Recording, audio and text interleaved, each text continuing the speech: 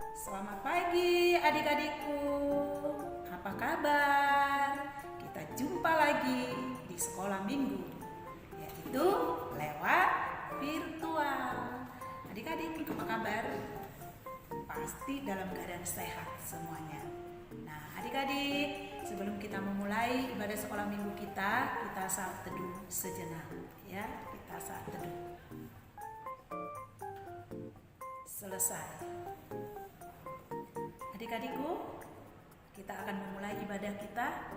Kita akan angkat satu lagu, Allahku Besar.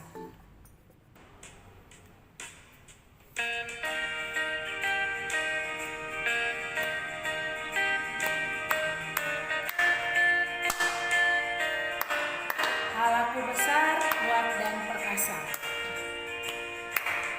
Allahku besar, kuat dan perkasa, tiada yang mustahil bagi Dia. Allahku besar, kuat dan perkasa, tiada yang mustahil bagi Dia.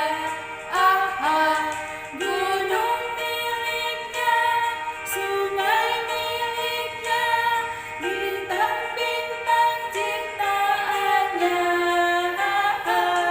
Allahku besar, kuat dan perkasa, tiada yang mustahil bagi Dia.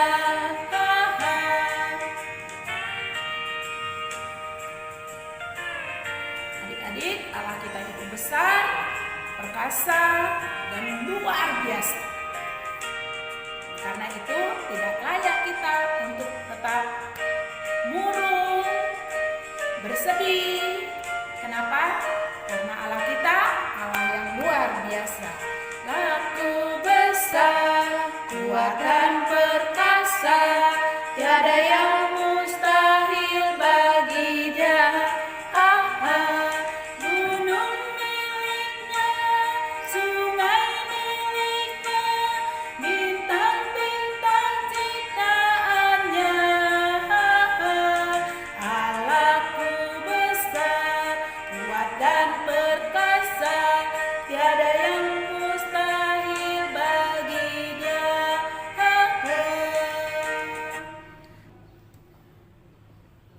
Kita akan buka dalam doa. Kita lipat tangan kita tundukkan kepala kita. Tuhan Yesus, terima kasih untuk pagi ini. Kalau Tuhan masih mengizinkan kami untuk datang beribadah. Kami bersyukur sepanjang 1 minggu yang lalu Tuhan sudah menyertai kehidupan kami, menyertai kehidupan keluarga kami, menyertai kehidupan teman-teman segereja kami. Dan kalau pada pagi hari ini Tuhan izinkan kami untuk datang beribadah, itu karena Tuhan masih mencintai dan mengasihi kami. Bapa, saat ini kami mau serahkan hati, pikiran kami, bahkan segenap tubuh kami untuk boleh duduk, diam di hadapan Tuhan, memuji dan mempermuliakan nama Tuhan, berdoa kepada Tuhan, dan terlebih mendengarkan firman-Nya. Bapa, sekalipun ibadah kami masih dalam proses virtual, namun kami tetap bersyukur kepada Tuhan karena Engkau masih mengasihi kami. Kami masih bebas mendengarkan firman Tuhan. Kami masih bebas memuji Tuhan. Karena itu layaklah kami bersyukur pada pagi hari ini kepada-Mu. Terima kasih Tuhan, ke dalam tangan-Mu kami serahkan ibadah kami ini. Dari awal, pertengahan hingga akhirnya, biarlah hanya Allah sendiri yang kami sembah dan kami puji. Di dalam nama Tuhan Yesus kami berdoa dan bersyukur. Amin. Adik-adikku, kita akan lanjut lagi mengatakan pujian kepada Tuhan dengan kita katakan stop, ku mau katakan. Adik-adik tahu kan lagu ini? Ayo kita sama-sama berdiri, kita menyanyikan lagu ini dengan penuh sukacita.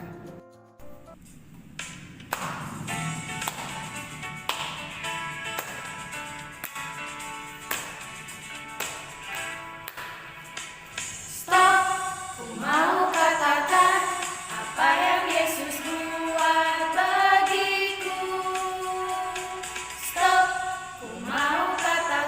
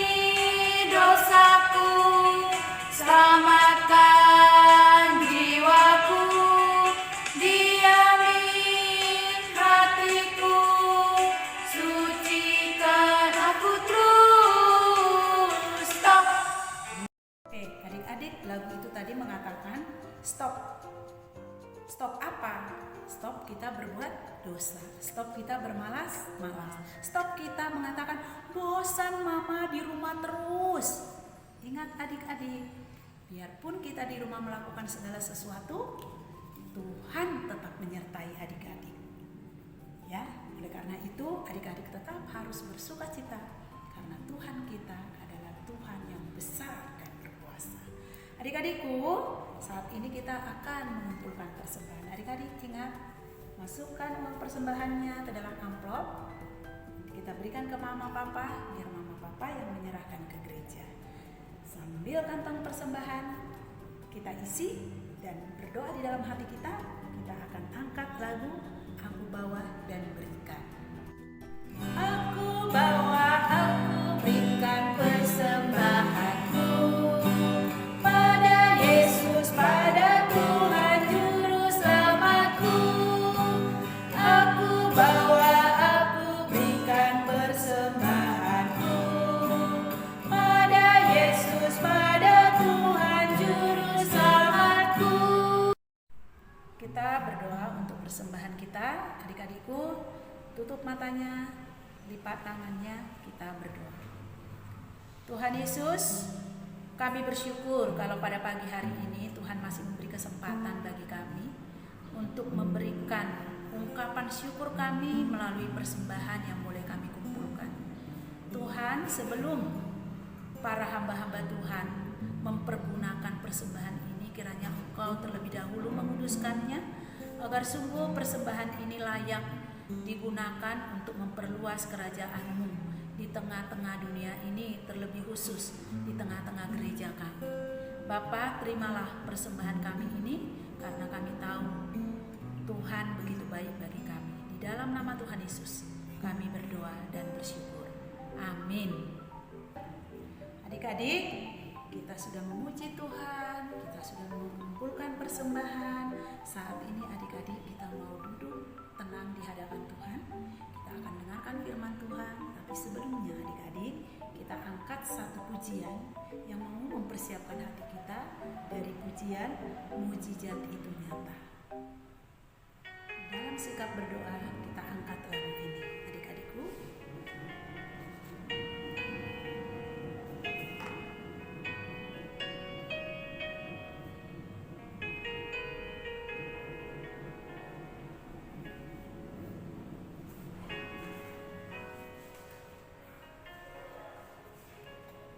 Tak terbatas kuasa-Mu, Tuhan. Semua dapat Kau lakukan. Apa yang kelihatan mustahil bagiku, itu sangat mungkin bagimu. Di saat ku tak berdaya, kuasa-Mu yang sempurna. Ketika ku percaya, mujizat itu nyata, bukan karena kekuatan, namun Roh-Mu ya Tuhan. Ketika ku berdoa, mujizat itu nyata. Adikku, kita berdoa untuk siapkan hati kita mendengarkan firman Tuhan. Tuhan Yesus, terima kasih Bapa kalau kesempatan ini masih Tuhan berikan bagi kami. Saat ini kami mau duduk diam mendengarkan firman Tuhan. Namun sebelumnya siapkan hati kami Bapa. Jadikan hati kami menjadi tanah yang subur. Ketika firman Tuhan ditaburkan, siap masuk ke dalam hati kami. Kami berdoa untuk hamba-Mu Kak Ari yang akan membawakan firman-Mu. Kiranya urapi dia, agar sungguh apa yang ingin Tuhan sampaikan itu boleh sampai kepada hati anak-anak, ke dalam hati kami, agar firman Tuhan tidak kembali kepadamu dengan sia-sia, tetapi boleh memperbaharui hidup kami, boleh mempertumbuh iman kami di hadapan Tuhan. Berbicaralah Engkau Tuhan, karena kami siap mendengarkan-Mu. Di dalam nama Tuhan Yesus kami berdoa, dan kami sambut firman-Mu yang hidup. Amin.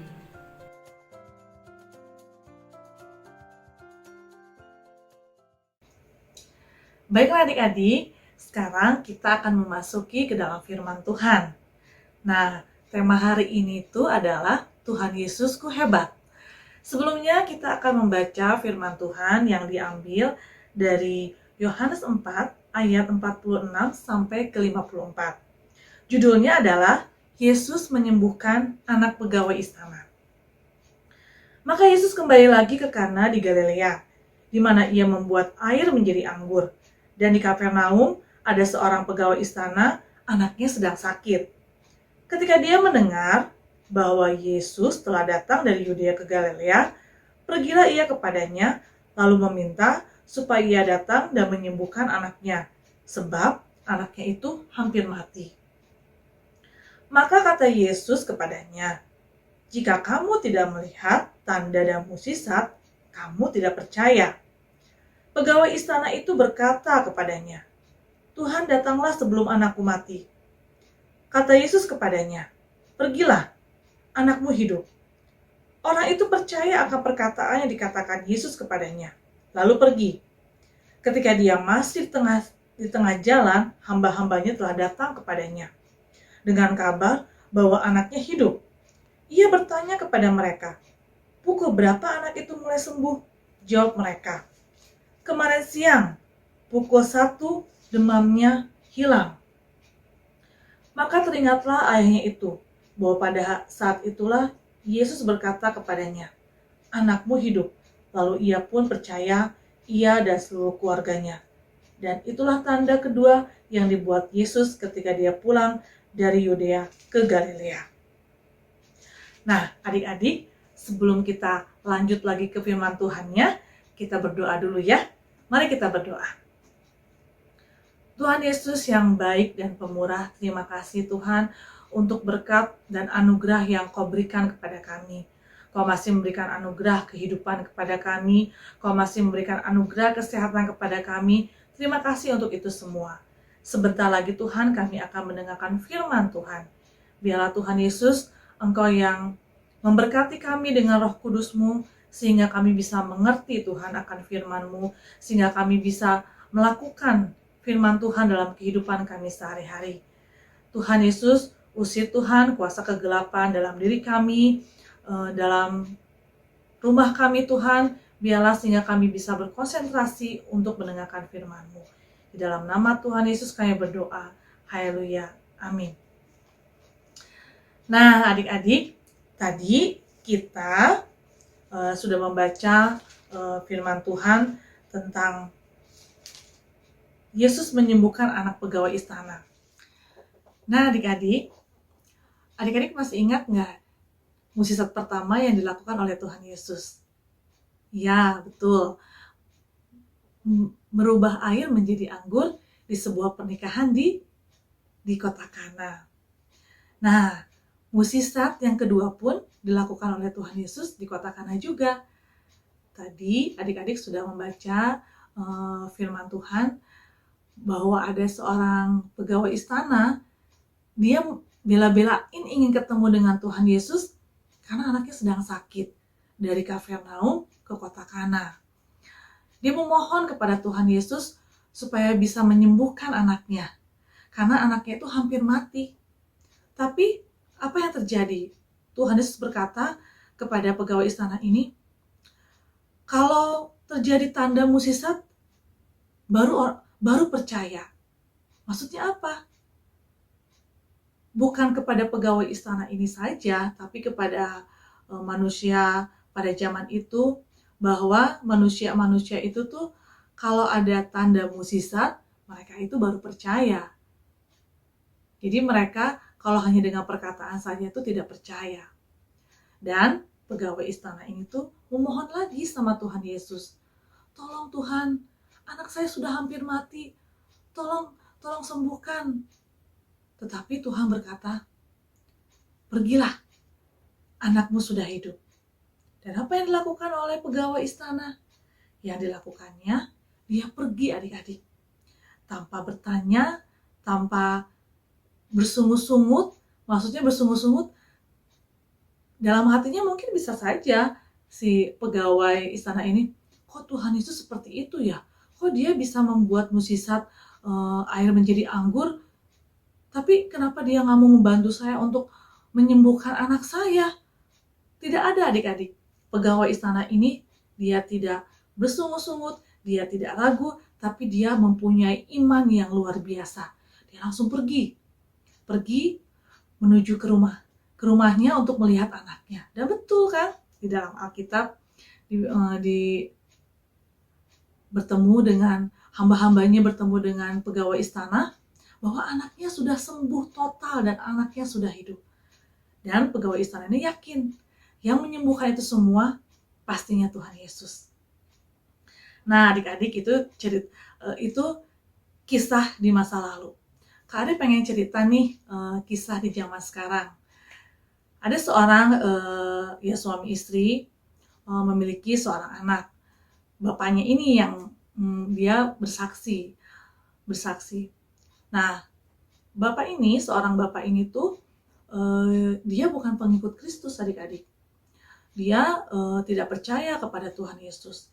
Dia memiliki seorang adik dan memberitahukan kepada dia bahwa Tuhan Yesus itu adalah Tuhan. Dan dia tidak percaya. Kenapa? Kok Tuhan yang disalib harus disembah? Tuhan yang disalib terus mati. Nah, singkat cerita, bapak ini tuh mempelajari Alkitab, mempelajari siapa sih Tuhan Yesus itu, dan akhirnya dia percaya kepada Tuhan Yesus, bahwa Tuhan Yesus itu adalah seorang pengasih, penyayang, dan pengampun. Pada saat dia melihat bahwa Tuhan Yesus sebagai pengampun itu, dia langsung mengerti kenapa Tuhan Yesus disalib. Tuhan Yesus disalib itu adalah untuk mengampuni dosa semua manusia. Nah, pada saat bapak ini mengikuti Tuhan Yesus menjadi seorang Kristen, bukan artinya bahwa kita sudah percaya Tuhan Yesus, sudah mengikuti Tuhan Yesus, terus tidak ada masalah. Justru dengan dia baru mengikuti Tuhan Yesus, dia sudah ada masalah. Tapi masalahnya itu adalah tentang iman, apakah dia percaya kepada Tuhan Yesus. Dia memiliki seorang anak yang pertama. Anak yang pertama itu laki-laki, adik-adik.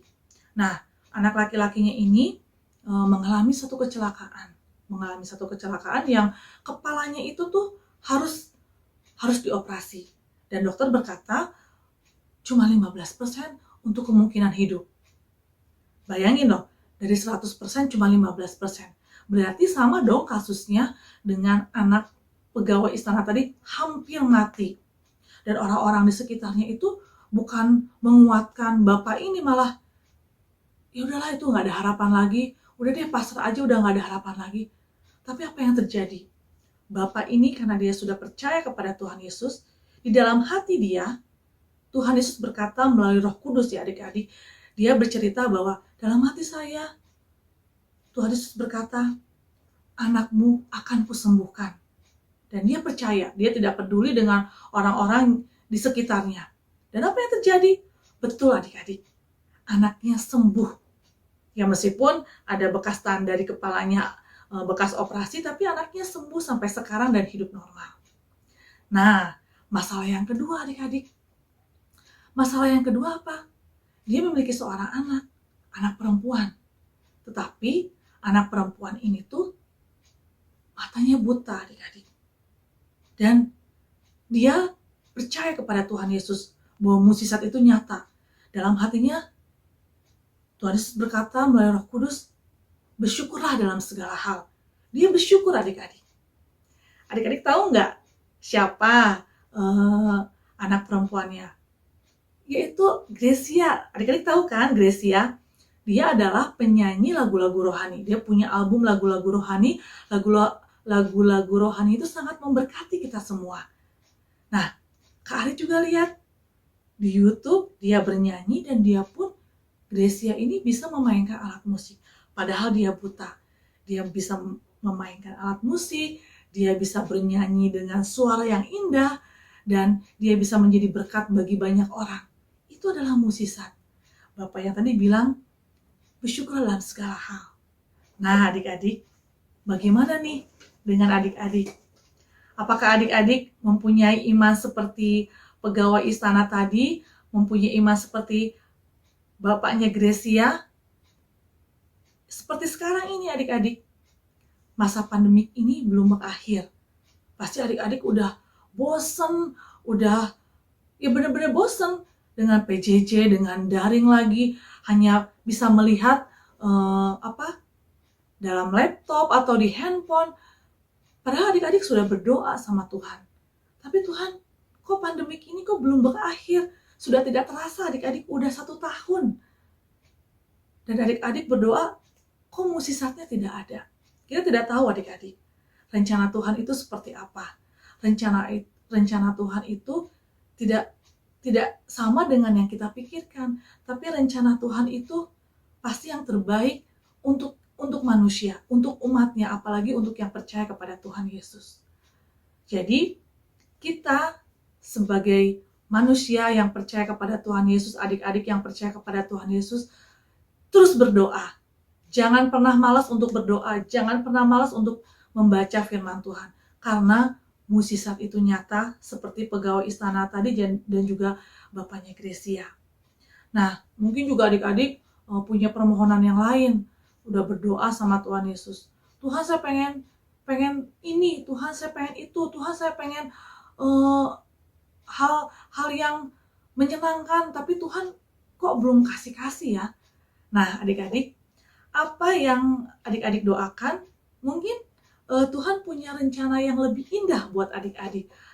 Tuhan punya rencana yang luar biasa buat adik-adik. Kita tidak tahu, karena Tuhan kita itu seperti tema hari ini adalah Tuhan Yesus kita tuh hebat adik-adik. Jadi pasti rencananya tuh lebih indah dari apa yang kita pikirkan. Rencananya itu lebih dahsyat apa yang kita pikirkan. Nah adik-adik, jadi Kak Ari berpesan, Kak Ari juga untuk percaya kepada Tuhan Yesus dan selalu beriman kepada Tuhan Yesus dan selalu percaya bahwa semuanya indah akan pada waktunya. Dan lebih percaya juga mukjizat itu nyata kalau kita menyerahkan dan mengandalkan semuanya kepada Tuhan Yesus. Sekian adik-adik firman Tuhan hari ini. Semoga adik-adik tetap selalu mengandalkan Tuhan Yesus. Amin. Nah adik-adik, kebaktian kita hari ini sudah selesai. Mari kita tutup dalam doa. Tuhan Yesus yang Maha Pengasih dan Pemurah, terima kasih Tuhan atas penyertaan-Mu Tuhan pada saat kami kebaktian. Dan terima kasih Engkau yang masih memberikan kesempatan kepada kami untuk memuji-Mu, untuk mendengarkan firman-Mu. Biarlah Tuhan kami mempunyai iman yang teguh, biarlah kami percaya sepenuhnya ke dalam tangan-Mu seperti pegawai istana Tuhan. Kami menyerahkan hidup kami Tuhan di masa pandemik ini Tuhan, biarlah Engkau yang berikan kepada kami Tuhan, kesabaran Tuhan, tekun dalam iman Tuhan, dan selalu berpengharapan kepadamu Tuhan Yesus. Dan terlebih lagi Tuhan, berikan semangat Tuhan kepada adik-adik sekolah minggu Tuhan dalam PJJ Tuhan. Meskipun Tuhan mereka masih daring Tuhan, berikan semangat yang luar biasa, sukacita yang luar biasa sehingga mereka belajar penuh dengan antusias Tuhan untuk masa depan adik-adik kami Tuhan Yesus. Berkati juga Tuhan kepada kami semua, berikanlah kesehatan Tuhan kepada kami Tuhan, supaya Engkau yang menjauhkan kami Tuhan penyakit-penyakit yang berbahaya Tuhan Yesus. Tuhan, biarlah kami serahkan hidup kami ke dalam tangan Engkau. Di dalam nama Tuhan Yesus kami berdoa. Haleluya. Amin. Nah, adik-adik, kebaktian sudah selesai. Sampai jumpa minggu depan. Dadah. Tuhan Yesus memberkati.